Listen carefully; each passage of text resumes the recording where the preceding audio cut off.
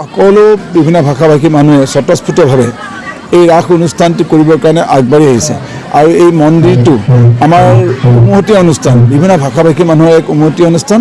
আজিৰ দিনটোত বাৰ্ষিক উৎসৱ আৰু এই উৎসৱত আমি সকলোৱে একত্ৰিতভাৱে ঈশ্বৰৰ ওচৰত আৰাধনা কৰোঁ, পূজা আৰাধনা কৰোঁ।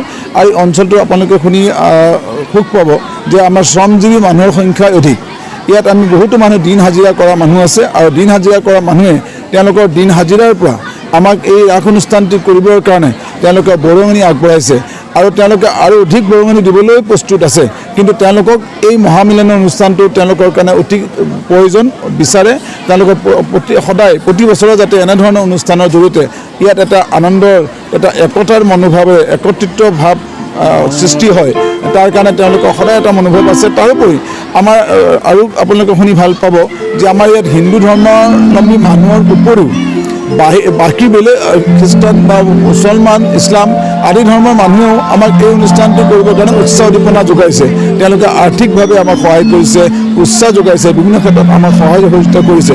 সেয়ে ভাবিছোঁ এই অনুষ্ঠানৰ জৰিয়তে আমি সমাজখনক বা আমাৰ গোটেই মানুহখিনিক অঞ্চলটোক একত্ৰিত কৰিব পাৰিছোঁ আৰু মহাপুৰুষ দুজনাই যি আমাক দি থৈ গৈছে সেই তেওঁলোকৰ যি কামখিনিত আমি আগবঢ়াই নিবৰ কাৰণে সক্ষম হ'ব পাৰিছোঁ বুলি আমি আশা কৰিছোঁ। আমাৰ যি ৰাস মহোৎসৱ হয়, এই ৰাস মহোৎসৱত এই অঞ্চলৰ বিভিন্ন ধৰণৰ ভাষা ভাষী ৰাইজে আহি আমাক সহযোগ কৰে, উপস্থিত কৰে। গতিকে বৃহত্তৰ এটা অঞ্চল সামৰি যিহেতু আমি এই ৰাসখন আমি আয়োজন কৰিছোঁ, গতিকে এই ৰাসত 300 গোপী হোৱাটো একেবাৰে স্বাভাৱিক।